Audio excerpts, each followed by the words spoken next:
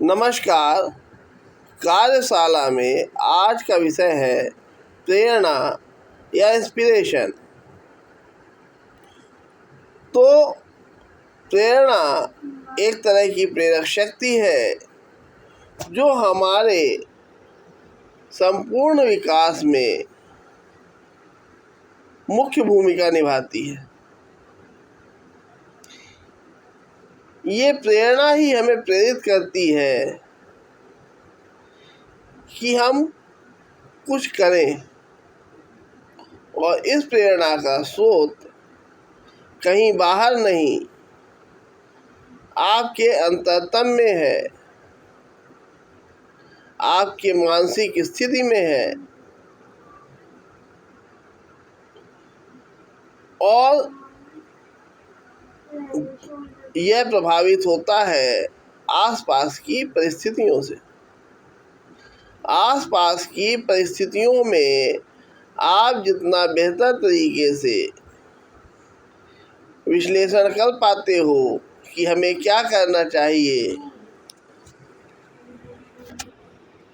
उतना ही बेहतर तरीके से प्रेरणा शक्ति आपको आपके कार्य के लिए, आपके उद्देश्य के लिए प्रेरित करती है।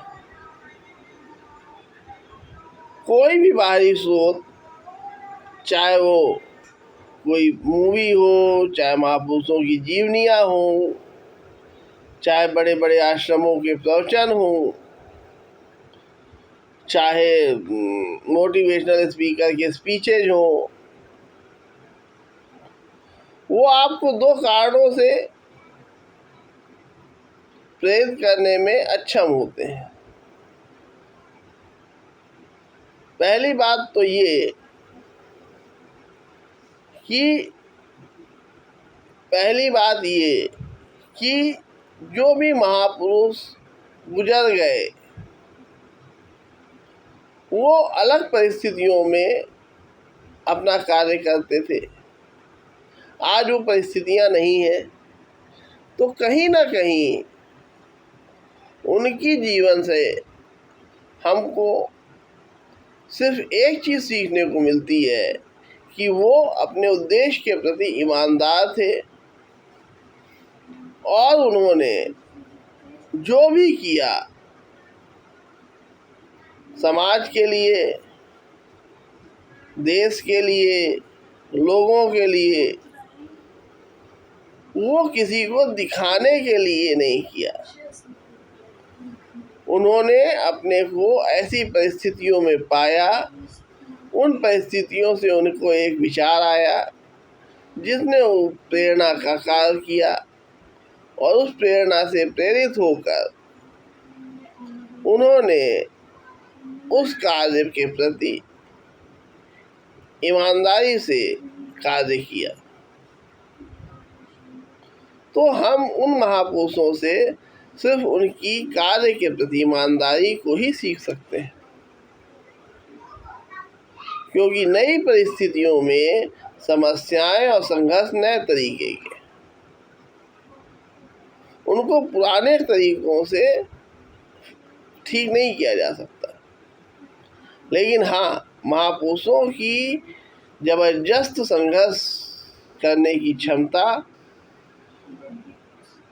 और लगातार कार्य के प्रति ईमानदारी से लगा रहना, ये दो बातें ही उनको महान बनाई, और यही दो बातें उनसे विशेष रूप से सीखी जा सकती हैं।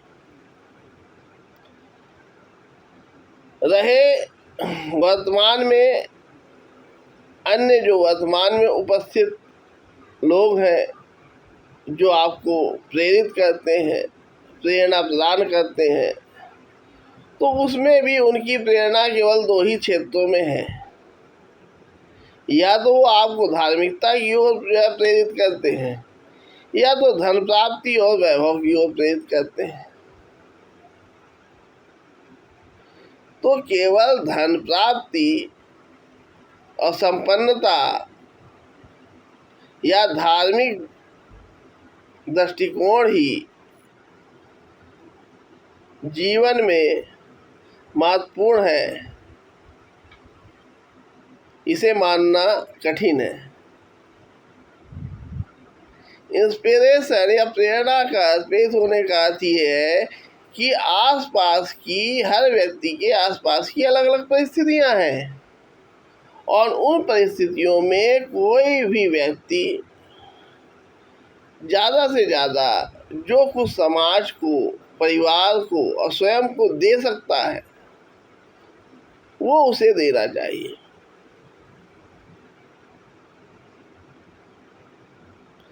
और केवल धन पाने के लिए कोई आपको प्रेरित कर रहा है, संपन्न बनने के लिए प्रेरित कर रहा है, केवल धार्मिकता की ओर प्रेरित कर रहा है, ये प्रेरणा नहीं, ये आपको उलझाने का तरीका है कि आप उलझे रहिए इन्हीं दो तीन चीज़ों में।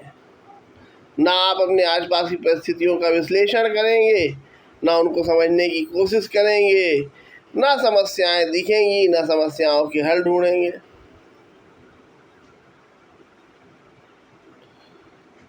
तो प्रेरणा के इतने छोटे अर्थ को ना लें, प्रेरणा का बहुत बड़ा अर्थ है, उसको समझें।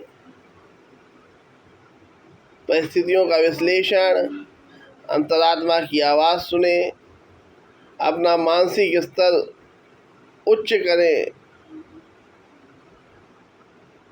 और समाज, देश, परिवार या स्वयं के लिए जितना अधिक से अधिक कर सकते हैं सही दिशा में वो करने का प्रयास करें। धन्यवाद।